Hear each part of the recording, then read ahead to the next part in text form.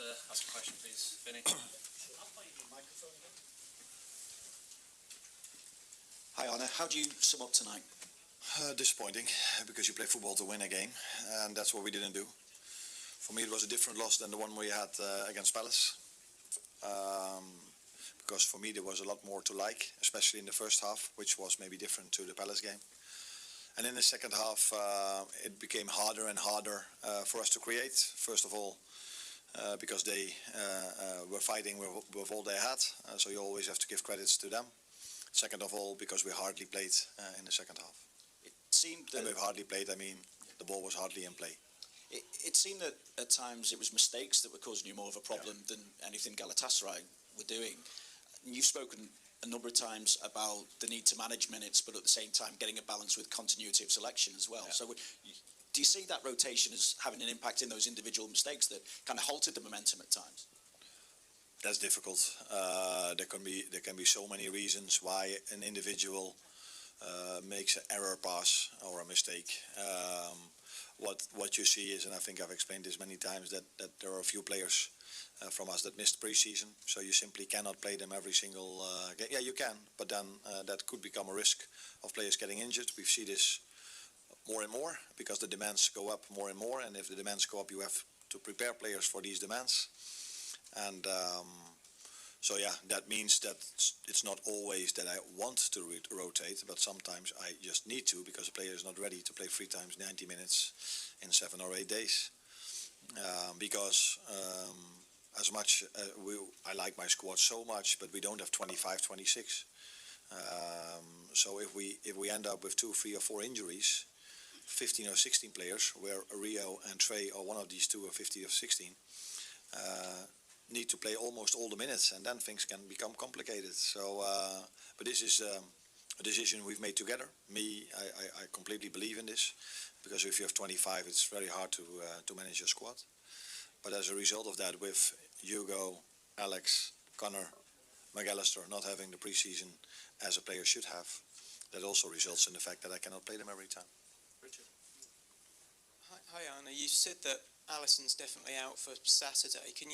What actually is the injury, and how severe do you think it is? No, when he sprinted back, he felt something. So yeah, we have to. I cannot tell you because I'm not a physician. Yeah. But normally, when a player, when he sprints back, feels something and he goes to the floor and doesn't come back onto the pitch. That's, by the way, what did Dave 112 times, being injured and coming back on the pitch without any pain. But our players don't do this. So if my player is on the floor, I 9 out of 10 times fear the worst. And with the worst, I mean that he cannot continue, and that's what happened with Alisson. So yeah, then normally he will not be able to play Saturday. That's 99.9%. I've already said 100%, but let's make it 99.9. But I think it's 100. Hi Arne, can I just check on Hugo Ekitike as well? It looked like he seemed to pull something when he stretched. He felt something when he had to reach for the ball. I think we all know which moment it was, when we were trying to force something. I think at that moment of time on the other side there was someone on the floor as well. So the referee blew his whistle, and I wasn't even thinking that we had an injury. But yeah, Hugo felt something, and after the game. But yeah, that's always the difficult thing with these moments. Then players feel like, it's not too bad. But yeah, when you just walk around, it's something different than when you make a sprint or when you have to shoot on target.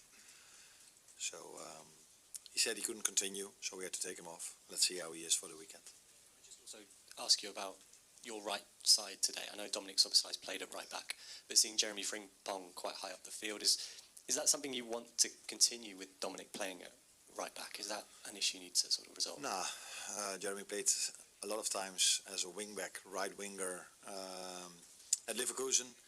He played there in pre-season for us. He's one of the players that can replace Mo in that position. I don't see many others that can play in that position, which are favorite to them. I think Jeremy is one of his favorite positions to play there. He plays there for the national team, always. So yeah, he's a player that can play there. Normally, they play with the left winger inverted and the fullback really high. So yeah, if then the left winger goes in further. He plays on the midfield, so then Dom is on the midfield, and Jeremy is then some kind of a wing back. But they did it the opposite today, which happens more to us, that they change something. But I think both of them can play really well in their position, and I've just explained also that that Connor missed out quite a lot in pre-season. So that also means he cannot play every single game. So you then consider which game is best for which player. And Mo has played a lot of minutes already. So we decided to do it today like this, and I think in the first half I was quite happy with the way we played, actually. Last question, Mike. Did you feel the penalty was slightly harsh on you? I haven't seen it back. But there was no contact with the feet, and I don't know if you've been to all of my press conferences, but the last few weeks I'm talking quite a lot about that that we are a very fair team, and I think maybe this was a situation where their player was really smart. He felt something and made it feel as if it was an unbelievable hit. And the referee said, yeah, there's contact, and then the VAR cannot overturn it if there is contact. Although he did overturn the contact in the last minute when we got a penalty. This is something we have to accept. Thank you, guys.